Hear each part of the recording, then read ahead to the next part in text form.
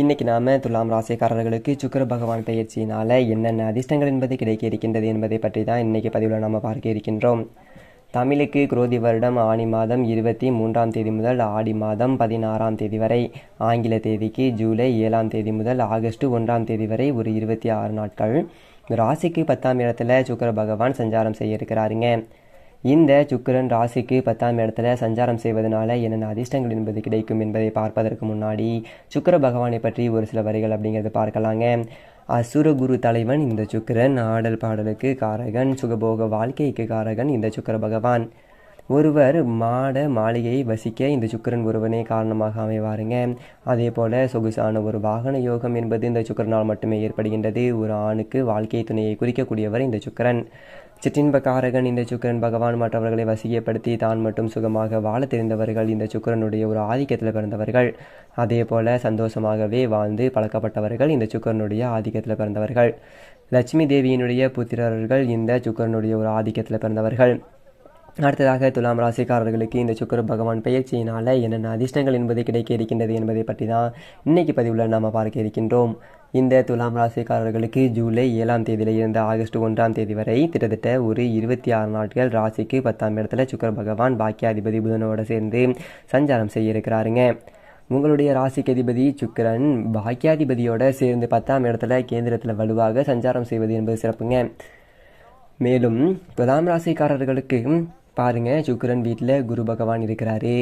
இந்த குரு பகவான் மிகப்பெரிய ஒரு சுபகிரகமாக இருக்கிறாரு. அவர் சுக்கிரன் வீட்டில் சஞ்சாரம் செய்வது என்பது சிறப்பு இந்த ஒரு காலகட்டத்தில். அப்போது உங்களுடைய ராசிக்கு அதிபதியோட புதன் பகவான் பாக்கியாதிபதி சேர்ந்திருப்பது என்பது உங்களுக்கு ஒரு பணப்புழக்கத்தை ஏற்படுத்தும். ஏன்னா பாக்கியாதிபதி அப்படிங்கிறவர் லட்சுமி அருள கூடியவர், பணத்தை கொடுக்கக்கூடியவர். அவர் உங்கள் ராசிக்கு அதிபதியோட சேர்ந்திருக்கிறதுனால பணம் என்பது சரளமாக புழங்கும் இந்த ஒரு காலகட்டத்தில். அதே போல் புதன் பார்த்தீங்க அப்படின்னா ஒரு விரையாதிபதியாகவும் வரக்கூடியவர். அப்படிங்கிறதுனால உங்களுக்கு வெளிநாடு சார்ந்த விஷயத்தில் நல்லதொரு முன்னேற்றம் என்பது உண்டு. வெளிநாட்டுக்கு போயிட்டு நல்லதொரு கம்பெனி, நல்லதொரு சம்பளத்தில் அமரக்கூடிய ஒரு பாக்கியங்கள் இந்த ஒரு காலகட்டத்தில் துலாம் ராசிக்காரர்களுக்கு கிடைக்கும். அதே போல் சொத்து வகையில் இருந்த பிரச்சனைகளுக்கு தீர்வு கிடைக்கும். கணவன் மனைவிக்குள்ள இந்த பிரச்சனைகளுக்கு தீர்வு கிடைக்கும் இந்த ஒரு காலகட்டத்தில். நீண்ட காலமாக பார்த்தீங்க அப்படின்னா தீராத வழக்குகள் தீரும் இந்த ஒரு காலகட்டத்தில் துலாம் ராசிக்காரர்களுக்கு. அதாவது உங்களுடைய சொத்து பேரில் ஏதாவது கடன் பிரச்சனை இருந்துச்சு அப்படின்னா அந்த பிரச்சனைகளுக்கு இந்த ஒரு காலகட்டத்தில் தீர்வு கிடைக்கும் துலாம் ராசிக்காரர்களுக்கு. உங்கள் ராசிக்கு அதிபதியும் விரையாதிபதியும் சேர்ந்து 10ஆம் இடத்துல சஞ்சாரம் செய்கிறதுனால. அதே போல் மிகப்பெரிய ஒரு புனித ஸ்தலங்களுக்கு சென்று வரக்கூடிய ஒரு பாக்கியங்களும் கிடைக்கும் ஒரு காலகட்டத்தில் துலாம் ராசிக்காரர்களுக்கு. முக்கியமாக பாக்கியாதிபதி உங்கள் ராசிக்கு அதிபதியோடு சேர்ந்து சஞ்சாரம் செய்வதனால சில பிரச்சனைகளுக்கு தீர்வு கிடைக்கும். மனசில் ஒரு சந்தோஷம், மகிழ்ச்சியை பார்க்கக்கூடியவர்கள் துலாம் ராசிக்காரர்கள். மேலும் உங்களுடைய ராசிக்கு அதிபதியோட வியாபாரக்காரகன் அப்படின்னு சொல்லக்கூடிய புதன் சேர்ந்திருப்பது என்பது வியாபாரம் சார்ந்த துறையில் இருக்கிறவங்களுக்கு நல்ல ஒரு அதிர்ஷ்டங்களை கொடுக்கும். அப்போது வியாபாரத்தில் தேங்கி கிடந்த சரக்குகள் எல்லாமே விற்கும். இது ஒரு காலகட்டத்தில் வியாபாரத்தை விரிவுபடுத்தக்கூடிய ஒரு வாய்ப்புகள் எல்லாம் கொடுக்கும் துலாம் ராசிக்காரர்களுக்கு உங்கள் ராசிக்கு அதிபதியோட புதன் சேர்க்கை பெறுவதனால. அதே போல் உங்கள் ராசிக்கு அதிபதியோட புதன் சேர்ந்திருப்பது என்பது கமிஷன், தொழில், கம்ப்யூட்டரு, ஆடிட்டிங்கு, கணக்கு சார்ந்த துறைகள் இருப்பவங்களுக்கு எல்லாமே நல்லதொரு அதிர்ஷ்டங்களை கொடுக்கும். தகவல் தொடர்பு சார்ந்த இடங்கள் இருப்பவங்களுக்கு நல்லதொரு யோகத்தை கொடுக்கும் இந்த ஒரு காலகட்டத்தில் துலாம் ராசிக்காரர்களுக்கு. முக்கியமாக உங்கள் ராசி அதிபதியோட பாக்கியாதிபதி சேர்ந்திருப்பது என்பது அதிர்ஷ்டங்க. அதிர்ஷ்டம் என்பது உங்களை தேடி வரும். இந்த எதிர்பாராத ஒரு பணப்புழக்கம் என்பதும் எதிர்பாராத ஒரு யோகம், ஒரு குருட்டு அதிர்ஷ்டம் இது எல்லாமே உங்களுக்கு கிடைக்கும். ஏன் அப்படின்னா உங்கள் ராசி அதிபதி 8ஆம் அதிபதியாக வருவதனால இந்த 8ஆம் அதிபதியும் 12ஆம் அதிபதியும் சேர்ந்து 10ஆம் இடத்துல சஞ்சாரம் செய்வது என்பது குருட்டு அதிர்ஷ்டம் என்பதை ஏற்படுத்தும் துலாம் ராசிக்காரர்களுக்கு இந்த ஒரு காலகட்டத்தில். அதே போல் பார்த்தீங்க அப்படின்னா துலாம் ராசிக்காரர்களுக்கு எல்லாமே குரு பகவான் தற்போது 8ஆம் இடத்துலையே மறைஞ்சிருக்கிறாருங்க. குரு பகவான் மிகப்பெரிய ஒரு சுபகிரகமாக இருக்கிறாரு. அவர் 8ஆம் இடத்துல மறைகிறாரு. குரு பகவான் பார்த்தீங்க அப்படின்னா கௌரவக்காரகனாக இருக்கிறாரு, தனக்காரகன், புத்திரக்காரகன். அப்போது இந்த புத்திரக்காரகன் குரு பகவான் 8ஆம் இடத்துல மறைந்திருக்கிறாரு. பிள்ளைகளுடைய ஒரு ஆரோக்கியத்தில் ஒரு கவனம் செலுத்தணும் துலாம் ராசிக்காரர்கள். குரு பகவான் இன்னும் கிட்டத்தட்ட ஒரு 10 மாதத்திற்கு பார்த்தீங்க அப்படின்னா 8ஆம் இடத்துல இருப்பார். அதே போல் குரு பகவான் கௌரவக்காரனாகவும் இருப்பார். இந்த 8ஆம் இடத்துல குரு சஞ்சாரம் செய்யக்கூடிய ஒரு காலகட்டத்திலாம் கௌரவ பிரச்சனை என்பது வருங்க. சின்ன சின்ன ஒரு அவமானங்கள் என்பது வரும். அதனால் உங்களுக்கு கீழ்நிலையில் ஒரு உத்தியோகத்தில் இருக்கீங்க, உங்களுக்கு கீழ்நிலையில் வேலை பார்க்கக்கூடியவங்க கிட்டலாம் பார்த்தீங்கன்னா ரொம்ப கவனமாக நடந்துக்கணும். அப்போது இந்த கீழ்நிலையில் இருக்கக்கூடிய அந்த வேலைக்காரர்கள் விஷயத்தில் ரொம்ப விழிப்பாக இருக்கணும் ஒரு காலகட்டத்தில். அடுத்தவங்க விஷயத்தில் தலையிடக்கூடாது. அதே போல் இந்த எப்படி சொல்கிறது, இந்த இது பண்ணக்கூடாது, ஜாயின் பண்ணி எந்த ஒரு வேலையும் பார்க்கக்கூடாது. அது எப்படி சொல்கிறது அப்படின்னா சாட்சி கையெழுத்து அந்த மாதிரி எதுவும் போடக்கூடாது. அது மட்டும் இல்லாமல் இந்த குரு பகவான் 8ஆம் இடத்துல மறைந்திருக்கிற வரைக்கும் எந்ததொரு விஷயத்திலையும் ரொம்ப நிதானமாக இருக்கணும், பெருந்தொகைகள் விஷயத்தில் ரொம்ப விழிப்பாக இருக்கணும் துலாம் ராசிக்காரர்கள். அதே போல் பார்த்தீங்க அப்படின்னா இந்த துலாம் ராசிக்காரர்களுக்கு இந்த சுக்கிரன் 10ஆம் இடத்துல சஞ்சாரம் செய்யக்கூடிய அதே ஒரு காலகட்டத்தில் 2க்கும் 7க்கும் அதிபதியாக இருக்கக்கூடிய செவ்வாய் பகவான் குருவை நோக்கி பயணிக்கிறாருங்க. துலாம் ராசிக்காரர்களுக்கு பார்த்தீங்க அப்படின்னா குடும்பாதிபதி, வாக்காதிபதி, தனாதிபதி அப்படின்னு சொல்லக்கூடிய செவ்வாய் குருவை நோக்கி பயணிப்பதனால குடும்ப விஷயங்களில் முன்னேற்றம் என்பது ஏற்படும். இந்த ஒரு காலகட்டத்தில் நல்லதொரு பேச்சாற்றல் என்பது இருக்கும். சில காரியங்களை நீங்கள் பேசி விற்க முடியும். பணப்புழக்கம் சரளமாக இருக்கும். ஏன் அப்படின்னா குடும்பாதிபதி செவ்வாய் வந்துட்டு தனாதிபதி செவ்வாய் வந்துட்டு தனகாரகன் குரு மேலே பயணிக்கிறாருங்க.